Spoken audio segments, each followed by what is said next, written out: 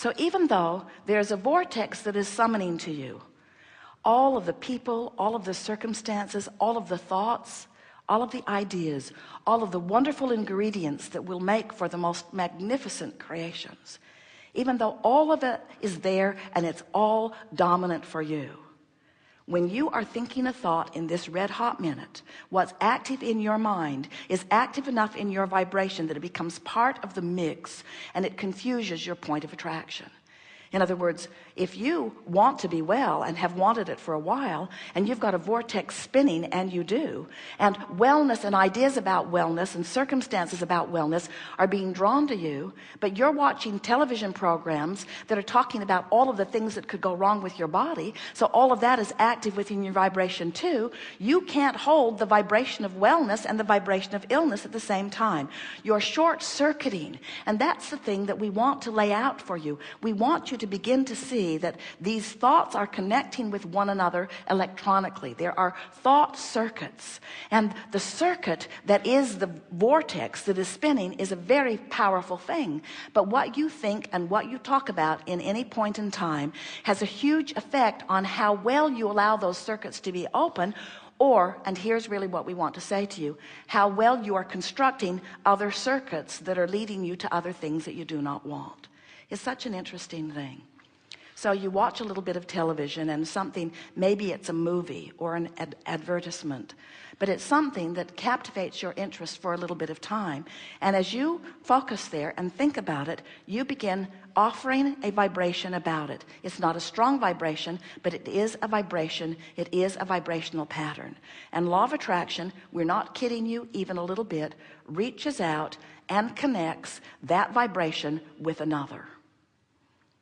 And then reaches out and connects that vibration with another. You are literally making thought pathways. You are literally constructing.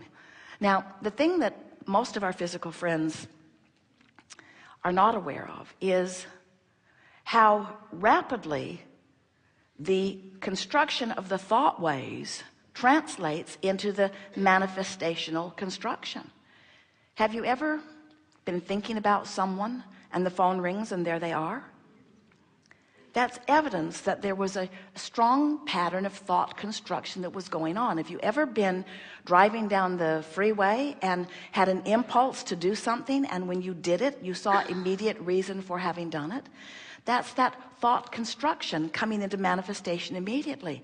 We want to bring your attention to the swiftness of the syncing up of these thoughts. We want you to realize we don't want you to be afraid of your thoughts. We want you to be aware when you leave this room of the construction of thought waves that you are about. And we want to ease your awareness of these construction of thought ways by saying to you, you don't have to go about it the hard way. You don't have to figure all the thoughts out. You don't have to sort them into piles. And it never works when you say, that's a pile I'm not going to think about, because you're thinking about that pile while you've decided you're not going to think about it. We want to show you that the shortcut to it is this. You have put piece by piece thoughts, thought patterns, thought constructions into your vortex of creation. Do you know what your vortex is? Your vortex is the vibrational holding place for the best of all that you've synthesized through life. It's where the I know what I do want part of the equation goes when you know what you don't want. In other words, every time you sift and sort, there is a thought way that is carved out for you. It's what the evolution of all species is about. When you know what you don't want, a thought pattern of what you do want rockets out of you and is held in this vortex of creation by source energy, by your inner being. It is there for future generations. It's there for you to experience the benefit of in the moment that you become a vibrational pattern, a vibrational match to it. So here you are moving through your physical days, and the question that we want to bring to your attention is, how often are you deliberately lining up with the thought patterns of your vortex? And the answer to that question is not all that often. And the reason for that is because you're stuck in the closet with Jerry and Esther trying to sort more out than you physically human can sort out. In other words, there's just too much to consider. There's too much input coming at you. Stay with us a little bit. You're going to like how this comes round. We're just doing the best sales job we've ever done on convincing you that there is an easier way to approach your life than the way you've been going about it. So let's recap just for a moment. So you're sifting through life. You intended to do that. You're launching rockets of desire. You're doing that mostly unconsciously. Those rockets of desire are being held for you in a vortex by the source within you. And your future will be benefited by this vibrational evolution that you have been about. As you stand in your day-to-day life experience, there is much for you to think about. And sometimes you think thoughts that are a vibrational match to what's in your vortex. But sometimes you think thoughts that are not a vibrational match to your vortex.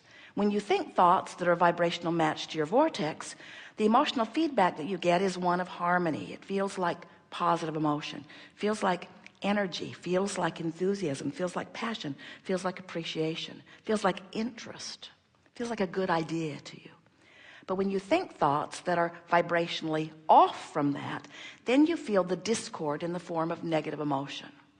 So your emotions are your indicator about what you're doing with these thought paths.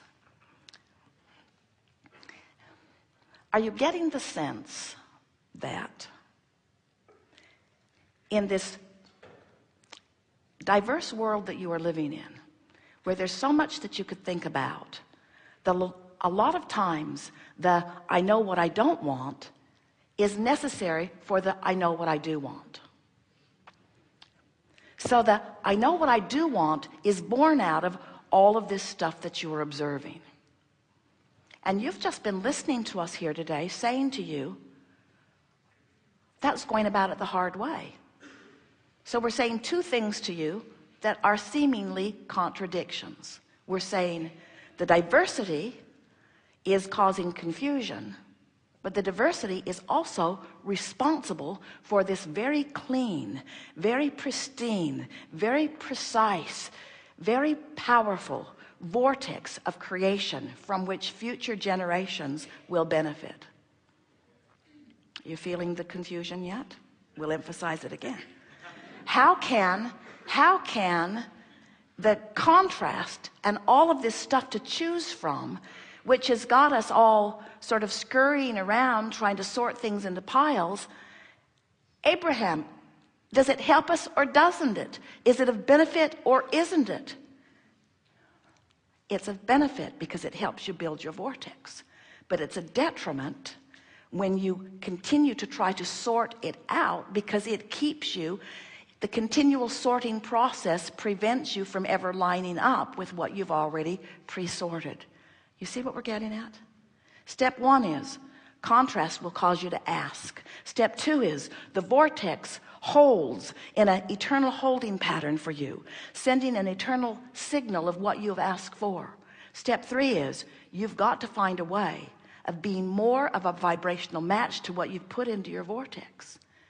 So with all that we've said, and we can feel you right there with us, this is our message to you today. You have done enough sorting through the contrast to keep yourselves busy for 20 or 30 lifetimes. It's time for you to begin to claim what you've put into your vortex. And you don't do that by thinking it all over again. You do it by allowing the vibration of your being to raise to the level of what's in your vortex. This is a sales job for sitting for 15 minutes and listening to the meditation or engaging in some meditation where you manage to detract yourself or deactivate the thoughts that are holding you out of a vibrational alignment with what's in your vortex. So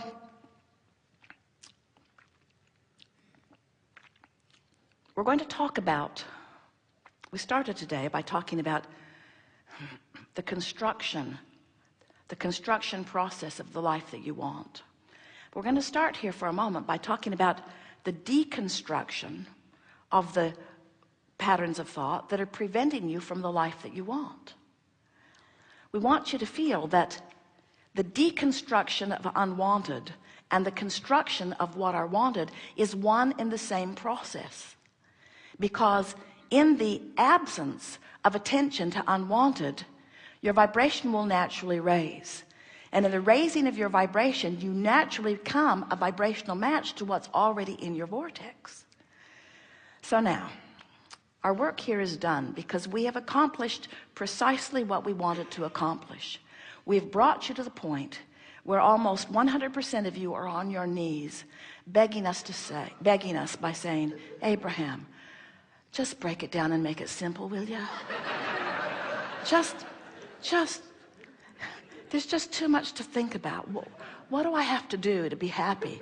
What do I have to do to be prosperous? What do I have to do to get the person in my life that I'm looking for? What do I have to do? And we say to you, you've already done most of it.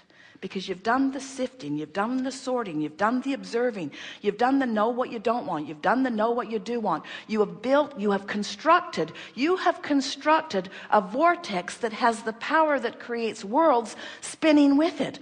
All you've got to do is find your way to the vicinity, to the proximity, to the interior. You've just got to get into the vortex. That's all you've got to do. And here's what we want you to hear above all other things that you've ever heard from us or any other. The way to do that, the way to get into the vortex is to raise your vibration. And the way to raise your vibration is to deconstruct the thought that is keeping you from the raised vibration. You've heard us say, if you've been listening to us for a while, when you stop doing that thing you're doing that's keeping you from it, then you'll just do it. So consider this. What if you were to find some relatively hard to find recording where you could just plug it in to your earphones and it would encourage you to listen to the rhythm of some sort of oddly constructed music for the purpose of simply syncing your breathing to that rhythm. That's it. And the words in the background would be telling you, there's nothing for you to learn here, and there's nothing for you to do here, and there's nothing for you to remember here. Simply listen and breathe and enjoy. So the purpose of this meditation is precisely what we are just talking about here. It is a process, not the only process. It is a process whereby if you will focus with the intent of syncing your breath to the music, that effort in and of itself will be enough to occupy your thoughts long enough that it will cause a deactivation of the concern you have with your employer today, or with your upset with your daughter or your mother. In other words, by focusing upon something, there must be a deactivation of other things. So as you begin to focus on rhythm, on breathing, as you begin to focus upon your here and now, as you claim, as you carve out of your busy day, as you drag yourself out of Jerry and Esther's room that is full of everything that they've gathered for decades, if you drag yourself out of there just for a moment and listen to this music, it is our promise to you that a raising of your vibration will occur. Now what happens is your vortex. Do you believe in this vortex? Do you know there's a vortex? Do you know that it exists? Do you understand that you are source energy? Do you know that there's a larger part of you that is source energy? Do you know that the dominant vibration, that is you, with very slight attention to something different than what you're used to doing, will cause you to allow a raising of your vibration?